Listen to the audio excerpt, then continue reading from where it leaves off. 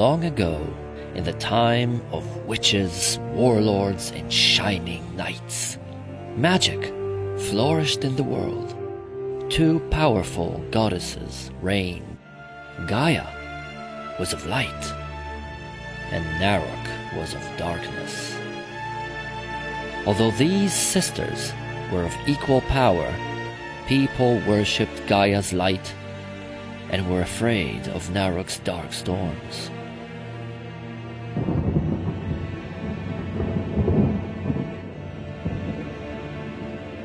Narok raged with jealousy.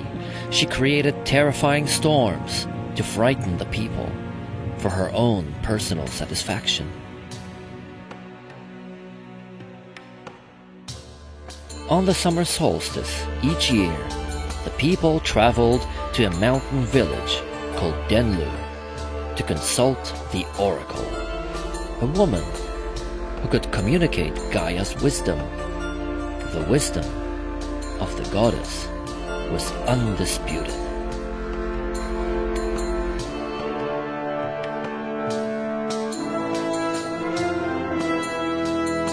A guardian protected the oracle, a woman of strength, skill, and pure spirit. For centuries, only women from the guardian village filled this role. One woman trained the next to ensure continuity and protection for the oracle. With the guardian at her side, the oracle was a difficult target for Narok. Narok's jealousies festered and grew. Her storms increased in power and destruction. After one great rage, the rains did not stop. The entire village was drowned or buried. It appeared that the line of the guardians was no more. But one woman did survive, Sarah. The maiden in training to be the next guardian warrior was traveling between Denlu and her home valley. The raging storms that tormented the lands were so fierce that their power could even be felt miles away. No one was safe.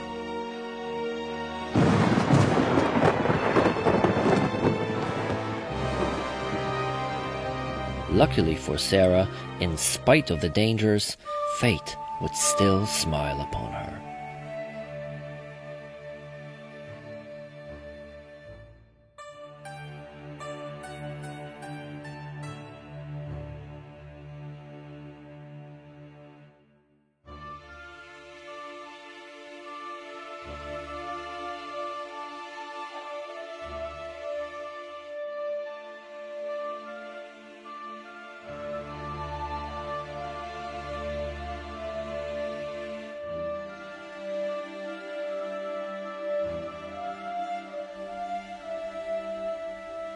While the people in the south were preoccupied with the savage storms, Narok's minion appeared in Denlu village, a common black witch possessed by Narok.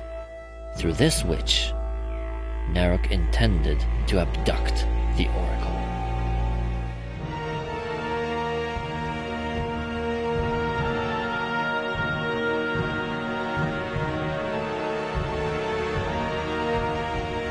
A mighty fight ensued between Narok's minion and the Guardian.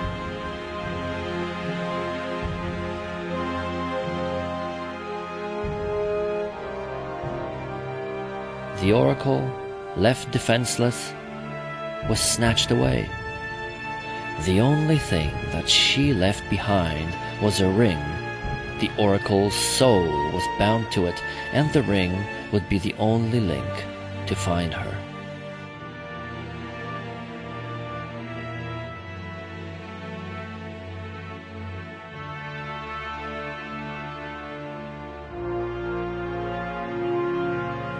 When Sarah awoke, no matter how devastated she became hearing the dark tidings, she still would not let despair take over. Soon, she was on the road, again.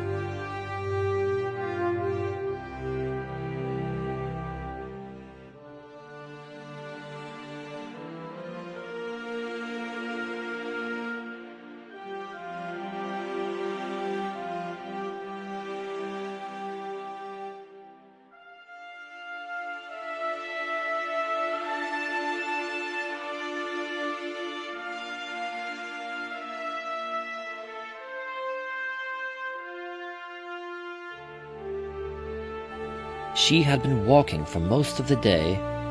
When tired, she stopped to rest.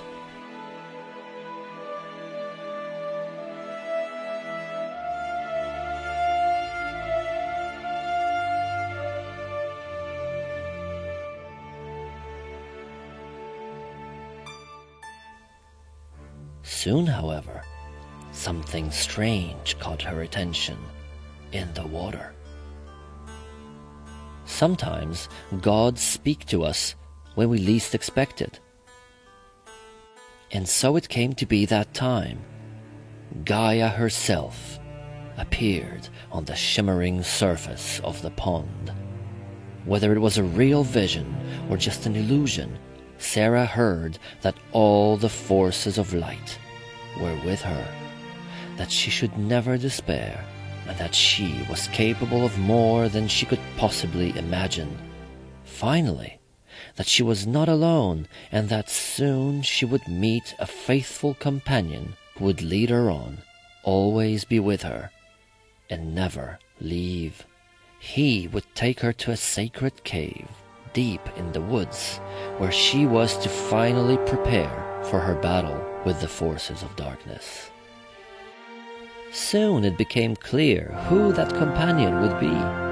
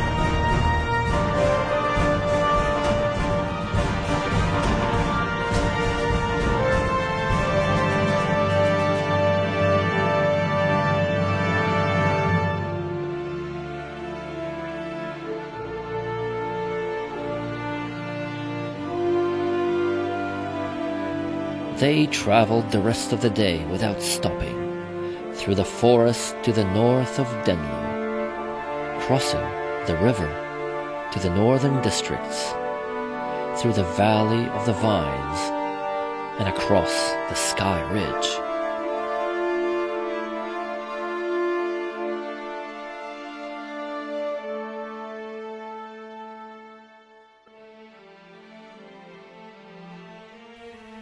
Sarah and her new companion reached the sacred cave at the end of another long day of riding. The cave was a sacred place where the Guardian's armor was kept together with the ring found where the Oracle had been abducted. All in the hope that someday a lone warrior would appear to challenge the dark forces again.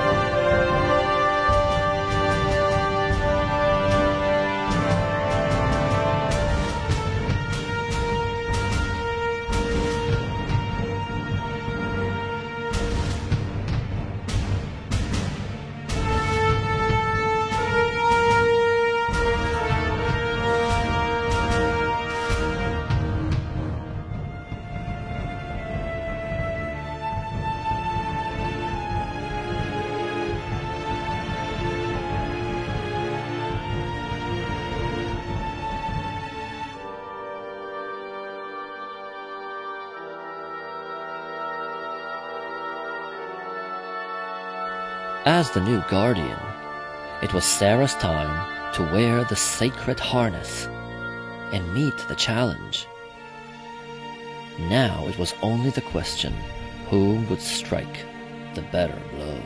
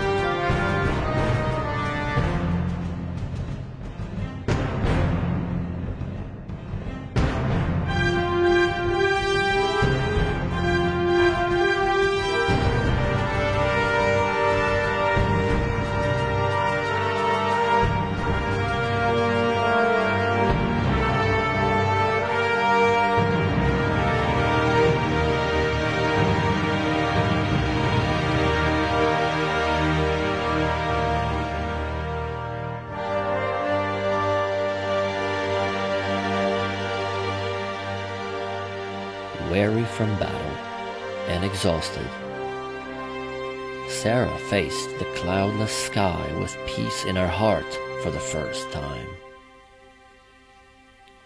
That was the moment she heard Gaia's voice again.